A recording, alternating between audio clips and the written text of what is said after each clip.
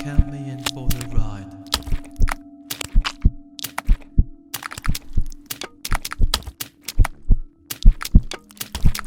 But I like a wild journey. What's up, everybody? Here's the new tutorial. So it's been a while, but I'm going to record this thing and talk about this cool netting webbing effect that I've been playing with on all the recent posts. So let's dive right in. I'll remake this from scratch. Fresh scene, nothing's going on here. Got X particles, build 884. I'm going to start off with a cube, bring it down to 50 by 50 by 50. Press O to center it if you want.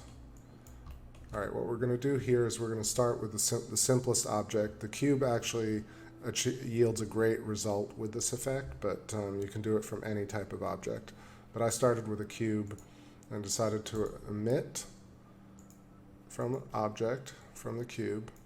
I mean, I tested a whole bunch of stuff first, but I ended up with these settings. And you can try it whatever you'd like, but I'm just going to show you the effect here. So emit from edges from the cube, everything else default. Emission, shot for now, we can do a pulse later. We're going to emit 1,000 particles, that's fine. Let's see what that looks like. So it's emitting a whole bunch of particles from the edge of this cube. Let's change dots to circles so we can see it better. And let's make this 180 frames so we can see what happens a bit longer. Okay, so now what I'm going to do is add a constraints tag. Dynamics, constraints, XP constraints. And right here we're going to go from birth to the distance tab and connect within distance. So what happens is all the points that are emitted from the edge of this object have to adhere to these set of parameters. So within distance, the weight value is like how much this effect affects the particles. So 100% affects the particles maximum, and minimum, obviously, it makes sense. So connection limit is how many particles each particle can connect to. 40 centimeters is the radius that it looks for, so each particle will look in 40 centimeters worth of radius to try and connect to the next point. And then stiffness is how stiff the connection is, stretchiness. This is what's going to be very cool to play with. And then breaking point, I'll explain, is this threshold by which points will snap after they've connected. So if 2 points are connected and the breaking value here is 0, they won't break. If they haven't connected, then they'll fly off. But if they've already connected, they won't break. Then I'll show you how I figured out that at a 50% value here, it really does something random, where you start to really not have any control over it and it breaks everything. So there's a weird way of interpreting this, at least for me. So I ultimately fiddled with it and got it up to this 500 value, which you can pump in, just type in, and this actually affects, it kind of creates a threshold where some break and some stick. So a lot of preamble for, let's see what this effect does. So there we go. First step is now we're seeing that the particles emitted from the edge of the cube are actually connected. And they're kind of wobbling here because, one, the cube doesn't have a collider on it, and the other reason is that there's no gravity to affect these particles, so they're just bouncing back and forth trying to maintain this constraints tag. Nothing else is going on. Okay, let's do something here and add a collider tag on the cube. Add this collider tag and you'll see immediately something happens. When they bounce back, they don't intersect, but they bounce off and fall. So if we take off the bounce, take off the friction, that really doesn't affect this effect so much, but it just resets everything to scratch because we don't need it yet. All right, so the little magic here is this connect on collision. So by default, there we go. The magic immediately appears where it does this very cool kind of bounce off because it's trying to emit at the speed that we set here, 150. Let's do 0, and you'll see it doesn't, it just emits right there. If you do 500, it's really bouncy, but it ultimately springs back. So nice kind of 160. This will give us that pulsation. All right, let me reduce this actually before we make it long so it kind of loops a bunch of times. Actually, what I meant to do is, let me do this first, and then I'll do the pulse. So here we got our first few sets. It's such a simple thing, but you really need to connect all these. So if we reduce the stiffness, you'll see that it gets a little bit loosey over here. It takes a little bit longer to come back. If we add this break, like I said, just 1%, watch what happens. It doesn't stay, just a couple of these stick over here. If we do 50, now I think I'm learning like 50% of the ones that are over here are sticking. If we do 100, it gets a little bit more. So I realize like you can pump this to like, let's say 600, and it will maintain some of this, and some of them will snap. So this is a very cool value to mess with. Not apparent, but initially the non-breakage, the 0% over here is actually the most fun to start with.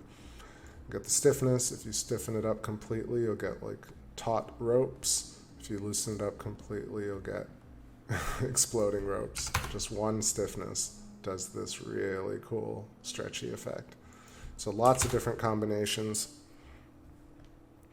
So I like 70% here. It gives us kind of ropey quality. Connection limit, same thing. Let's see, 2 connections. Little bit. Like strands. 3.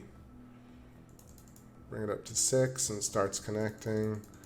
The more you pump this, the more your processing speed will take over, but you can get even nicer results. So this is the premise of the effect. Let's add some more things to it and make it fun. So reset this to default. Another thing, let's add some segments to the cube. So if you add segments, you get the more points here. It's not bouncing off as much because these are more in the corner and getting that kind of rebound effect from the object, but you could say bounce and add that. And you could change the stiffness here a little bit. And you could also blast this emission speed to 300. And now we can get a bit more movement. In fact, it's more about this connect collision thing. All right, so let's talk about that. So the same way we had constraints tab and all the values here, we have the connect on collision section that needs to be toyed with to get it exactly right. So one connection is good for running a fast sim, but you can start adding more connections here. And you'll see what happens. It basically starts to look for closer connections, I think, and add ones that it didn't find before. It's not so different here. I would imagine if you had more points, it would start doing different things. So let's add like 5,000 points here. Yeah. So this is really interesting. And I haven't gotten that deep on this shape yet, but I wanted to keep the sim in a pulse and keep it fast, so I was using these types of values. Let's bring this down a bit more. And let's say we wanted to try and get this to move a bit. So let's change this to 2 as well and see what happens. All right, the more vertices it has, the more edges it has to fill up, the more processor it's going to take up.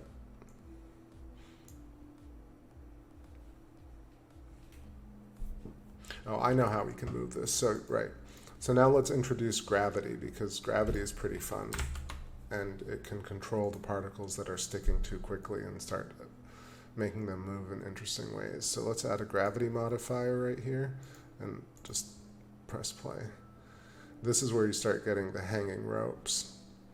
But I meant to do this step before, but let's do it here. Let's generate some trails, add the emitter in here. Let's hit save and immediately take a look.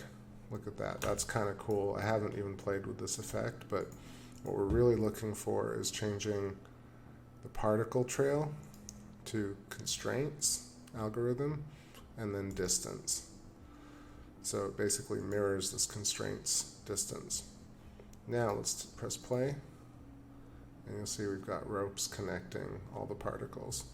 So here is where we could probably just honestly even hide the emitter and just let the trails exist. And you'll see, so the kind of meshing comes together over here. Depends on your renderer, but you can use a hair tag. I use the Octane object tag and render as hair.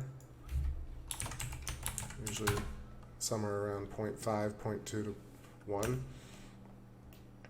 But let's keep playing with it. So now we have the trail that shows exactly what's happening with the ropes. You'll see that they're slightly offset from the cube, and I'll show you how we can fix that really easily. So just duplicate the cube, get rid of the collider, and we'll make this cube visible. And this is cube collider. We'll hide the cube collider, and then we'll increase the size of the cube visible. Old school trick, and that will look like it's actually touching. There must be another way to do it, but I feel like having the calculations have to deal with it would make it much slower. So this trick pretty much works with every object. Just hide the one that you're using the collider with and replace it with the high definition one that you want it to look like it's emitting from. So let's hit save, and let's get back to what we want to do with gravity. So default gravity, depending on the settings of this constraints and the breakage of this connect on collision. So let's play with this for a second. So break on collision, 1%, you get this kind of cool thing where most of it starts to break down. If we do what I did before, so 500, a little bit starts to break. This is like the coolest effect I've found yet, because it waits a little bit and then starts dripping some more. And you can just like 550, changes it even more. And this is where you can make it a bit longer.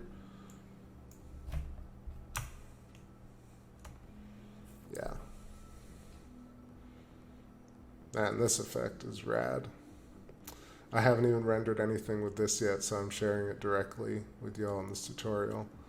But I'm actually going to save this and increment, because that's cool. All right, let's do something. Let's add maybe more connection limit. And I haven't even added the pulse. This is a single shot, so it's running pretty smoothly. You can do whatever you want here. You can put the trails in a spline mesh, but you can also add this tag and render as hair. It looks fairly the same ultimately, and actually renders much faster. Spline mesher is pretty slow, but you could also, I mean, if you wanted to, it doesn't look great, but mostly because you need to increase the settings by a lot. But you can essentially throw the trails in a VDB mesher and tighten this up a bit. You can smooth it. And you can get kind of cool like gelatinous blobs along this. Again, I haven't done it because it takes a long time to render. It's much slower, especially when you're doing the pulse animation, but this could make it look really cool. And they're stuck together, and the more points you have, the smoother the lines. So this is the basics of this. Let's play some more with some settings in terms of the gravity. So let's do gravity 0, see what happens. All right, so this is where you can maybe blast the emission settings to like 200 and get the kind of cool spread out net. When it comes back, it lands in this very cool way. You can go really as much as you want. Look at that. Let's bring that down to like 500. Okay, what else can we do? Let's reduce that back to 150, default. let's change the particle radius and see what happens here. I think it's just going to take longer to calculate. Let's do 1. Yeah, it basically makes the distance between each particle on the rope less and less and less, and makes it a lot more, I guess, gives it a lot more curves. So let's see what's going on here for a moment on the collider. Is it actually getting tighter on the collider? Maybe this is what I was looking for. Maybe it's because it was 3. Might have solved it here. Yeah, that's what it was. All right, so if we do 1, yeah, that's pretty sweet. All right, solving things in a tutorial. What if we did 0.2? It'd be even closer. Yeah, so this is interesting. I mean, let's see what happens if we actually try and push the values here. 5,000 and a subframe step. Ooh, that's insane.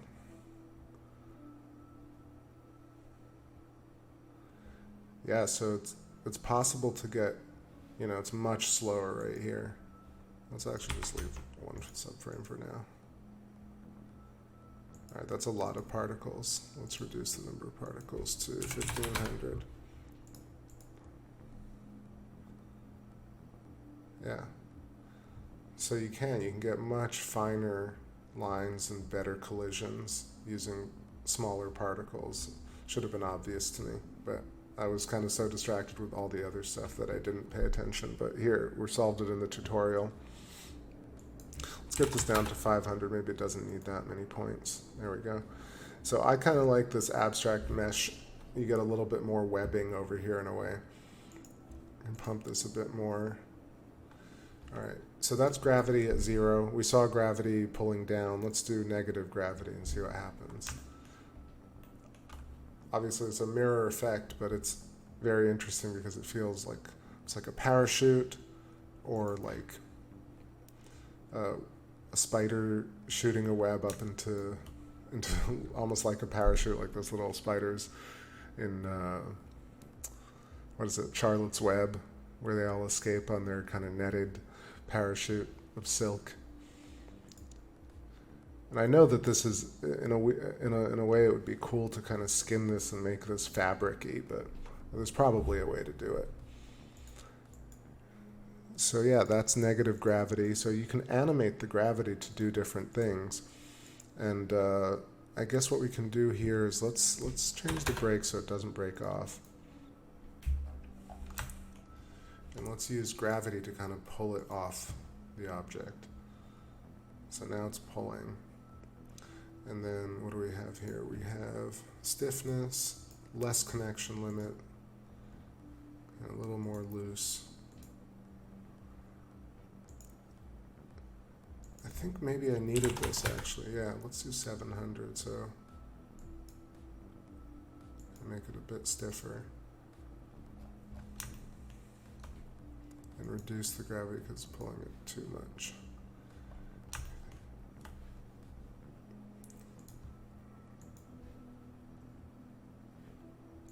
Actually, maybe I'm wrong. Maybe there was no braking.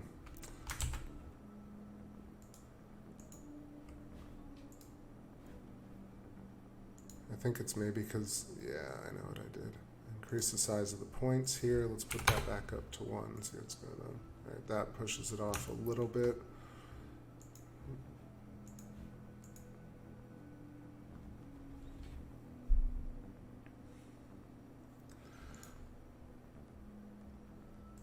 Let's reset that to default. All right, connection limit 1. Reset this to default.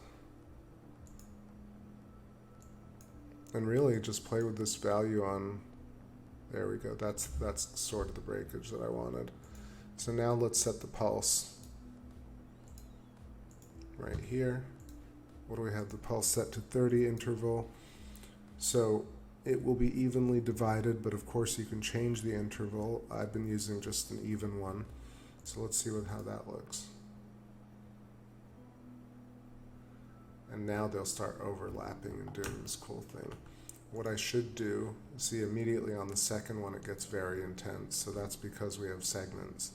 Let's change these, even though only one of them is a collider, back to one segment. And you'll see now it's a little easier. Let's also reduce the number of points because it gets heavy very quickly.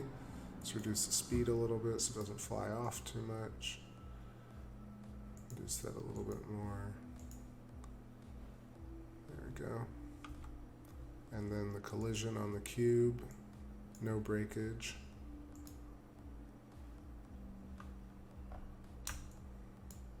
Alright, and there we'll start to get these kind of...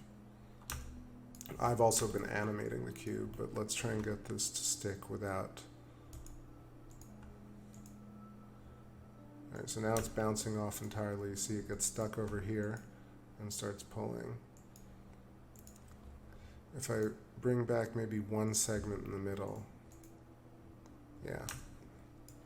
So it is an effect that needs particular settings to work in different, in all these different ways. Like right now that it has this center point, even it has an anchor to hold some more of these and it doesn't just fly away. Let's bring it back to 1. You'll see it's just the exact shell outline. Add one more segment here and then it emits from the center and all of a sudden we have connects. The more you add, of course, the more connects you have. So the first, let's do 4. You see it starts getting like really wiry here. It's more of a messy effect if you add too many vertices, too many segments. So 2 is good though because you allow it to have a hook.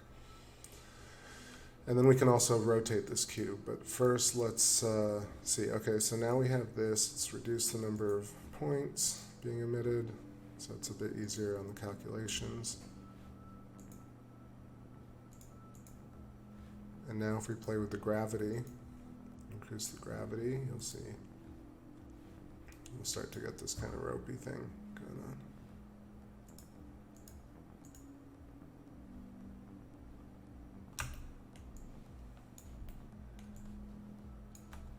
Really interesting, right? Let's do regular gravity. And that's sort of like the posts I've been putting out recently. You could add a lot of gravity. Let's do 5,000.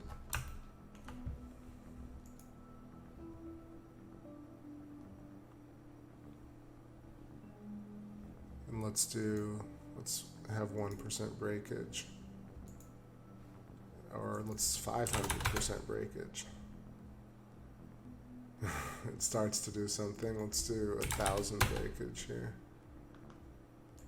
And less stiffness. Is it like 200? Still trying to figure out this break point because you still want it to hold on. Maybe it's much higher. Yeah, there you go, like 8,000 breakage. Wow, that's cool. Figuring shit out live.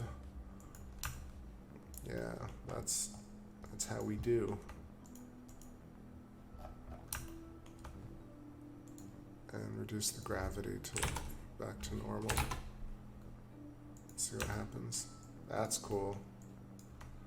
Yeah, so you can actually fine-tune what you need to do, which is breaking when you need it and kind of falling off. Very versatile. Let's do one last thing here. All right, we're gonna get here and actually throw off some bits.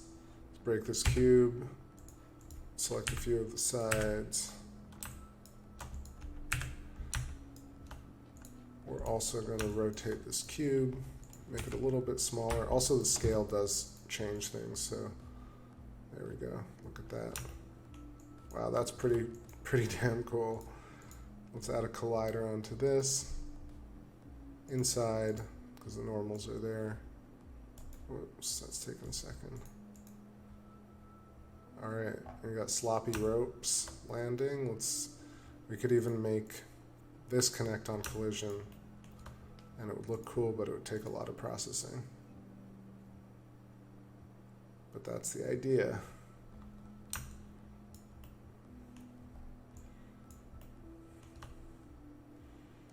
Okay, what do we want to do? A little bit more. So gravity is at 800. That's fine. What we want to do is shoot out some ropes from this cube and have them stick to the walls. So now we have that. We have the cube, and we have the connect on collision. So we want to shoot out the particles. Let's see, a little bit more. But we also want them to break. Right now they're sticking. This is the other effect. All I did was increase the speed. No speed, let's see. No speed particles. This is just the gravity affecting it. Let's do 1000 speed.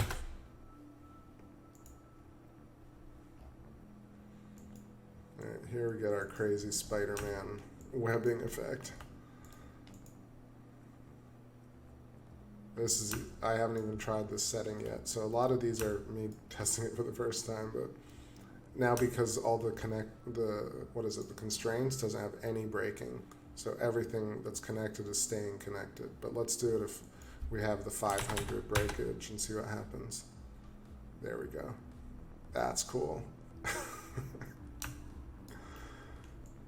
That is a total mess, but I don't think I've seen this effect before. And it's like daddy long legs and splooge and like all sorts of paint splats. I think you could do a lot with this. So we also reduce the number of particles, so let's bring that back up a little bit. It'll be smoother. Look at that. All right, what we haven't done is, let's bring this down, bring this over a little bit. Let's put this in a null object, and let's just set a very basic 360 keyframe. Put that at the end. Put 0, keyframe that. Linear, hit save, and let's see what happens now. Alright, so if it was messy before, now it's even crazier. And yeah, so this is the crazy webbing netting effect. And you can do a lot with this, right? You could add a vertex map. Let's do that since I'm taking it further. Let's so this cube is very simple. US, US, US, US. Right, then select all of this, set vertex weight, hit OK, it creates a vertex map. So what's going to happen? The vertex map use fields. I don't even think you need freeze. You need to just go into here and hit XP particles fall off. Drag in our emitter, and all of a sudden you've got connection markings. So there we go. So you can do a lot with this vertex map, like spawn particles, for example. Let's do, you could do this actually really easily by, on this cube, you already have this. You can do, right, you have an XP collider tag. You can go to reaction, no, not reaction, to spawn. And basically on colliding with this object, we have enable, add a spawning emitter, go to the spawning emitter, and what did we want to do? Make it smaller points, reduce the speed so that it doesn't, actually, let's reduce the speed, and yeah. And so that's that, and then add spawning emitter on collision point, direction spherical, number to spawn. Let's leave 20 for now and take a look at what happens. So that's cool. So at every point you're getting like a bunch of particles. That's what I want to do, make these circles so you can see them a bit better.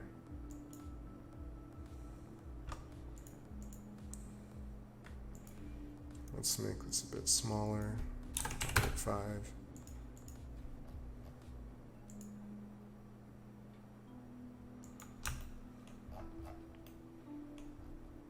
Yeah, so that's a right old mess of webbing and reactionary particles.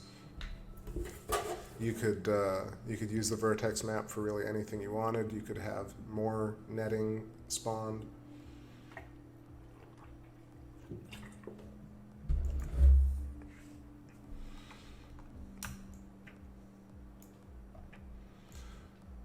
Yeah, so thanks for watching this. I don't probably need to do a render on this. You can render this any way you want with either spline mesher or hair render, and then particles as you would normally do it.